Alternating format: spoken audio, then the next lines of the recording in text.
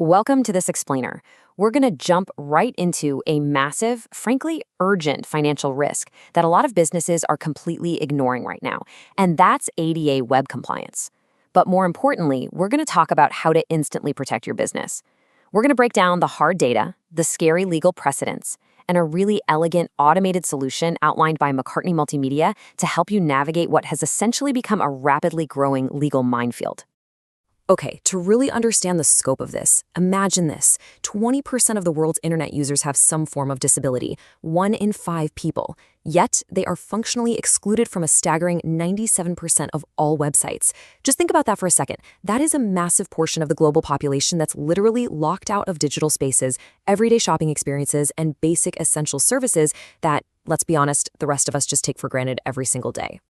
Now, this kind of widespread exclusion, it isn't just a bad look or a missed revenue opportunity, it actually violates the law. Specifically, it means those websites are failing to meet the WCAG 2.1 Level A benchmark. I know it's a mouthful, but this is the practical, universally recognized standard that regulators rely on during accessibility audits. It's the exact same standard courts use when they're handing down lawsuit settlements. Basically, this is the technical baseline you are legally expected to meet right now. So let's dive into Section 1, million-dollar lawsuit risks. Missing that legal benchmark we just talked about instantly translates into an undeniable financial threat. And the sheer velocity of this problem is, well, it's pretty staggering. Website ADA lawsuits are absolutely surging. We're seeing thousands of them filed in 2025 alone, which is a massive 37% year-over-year growth. So this isn't some fading trend or a minor hiccup. It's a rapidly escalating legal environment.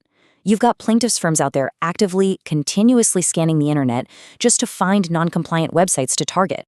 Let's talk about the actual out-of-pocket costs, because they add up incredibly fast. If you get hit with just a standard individual demand letter, you're usually looking at dropping anywhere from $5,000 to $20,000 just to settle it and make it go away. And it gets worse. If you have customers in a legal hotspot like California, under the Unruh Act, you're facing a penalty of $4,000 for every single violation, plus all the attorney's fees. So just a few missing tags on your images can turn into a massive fine overnight. And if you think this only hurts small businesses, absolutely not. The class action risk for major brands is astronomical. Take Fashion Nova. In 2025, they just agreed to a $5.15 million settlement fund simply because they failed to properly accommodate screen readers for blind users. And this goes way back too. In 2008, Target paid out $6 million in what is still the largest publicly disclosed website accessibility settlement. The takeaway here, no one, from modern fast fashion icons to legacy retail giants, is immune. Which brings us to Section 2, high-risk industry targets. Naturally, you might be sitting there wondering, okay, is my specific business in the crosshairs? Well, if you operate in retail, e-commerce, hospitality, healthcare, education, or really any financial and professional services, you're facing incredibly high litigation risks today. Why? Because these are highly transactional, heavily trafficked sites.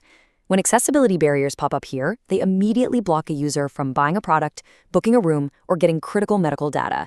That friction makes them prime targets for immediate legal action.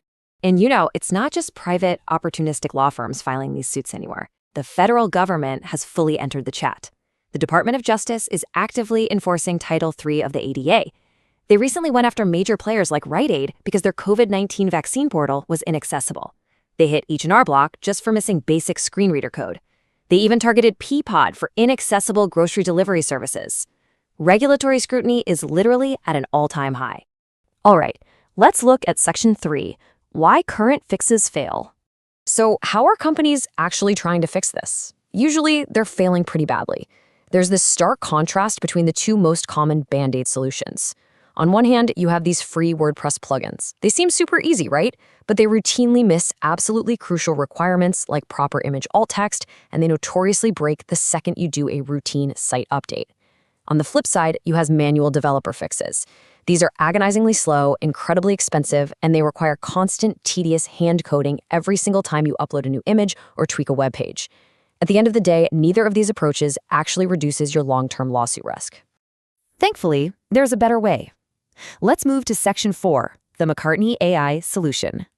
The good news is there is an automated way to stop these lawsuits dead in their tracks, and you don't have to drain your IT budget or rebuild your entire website from scratch to do it. McCartney AI really simplifies this. It's incredibly straightforward. Your IT department literally copies one single line of code and installs it in under 10 minutes. That is the whole shebang.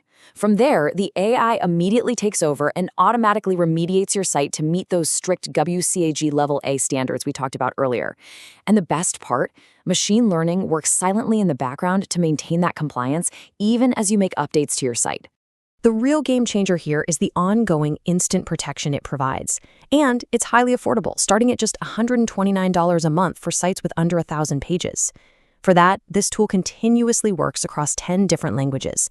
It uses machine learning to dynamically auto-update your alt text and forms, but crucially, it actually issues you a verifiable certificate of compliance. That is huge because it immediately mitigates your legal exposure by signaling to any auditor or any plaintiff law firm that your site is actively protected and fully compliant. As we wrap up this explainer, I really want you to take a hard look at your own digital footprint. Think about the users who might be currently locked out of your content right this second, and ask yourself a very serious question. Is your website a powerful asset for your business, or is it literally just a waiting lawsuit? The automated tools to fix this in minutes are readily available today, which means digital exclusion is now a choice, not a technological limitation. Thank you so much for joining me for this breakdown, and I'll catch you in the next explainer.